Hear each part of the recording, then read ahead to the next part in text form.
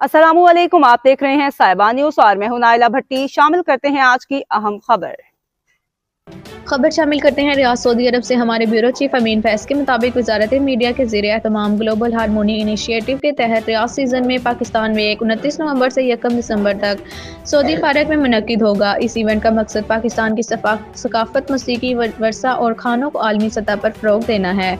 29 नवंबर को मरूफ पाकिस्तानी गुलकार इबरार उल हक और सितारा यूनुस समेत कई फनकार शानदार परफॉर्मेंस पेश करेंगे। साथ ही पाकिस्तानी खानों के खुसूसी स्टॉल, सकाफती नुमाइश, हैंडी क्राफ्ट्स और फनून लतीफ़ा के मुज़ाहरे और फैमिली तफरीह के प्रोग्राम भी शामिल होंगे।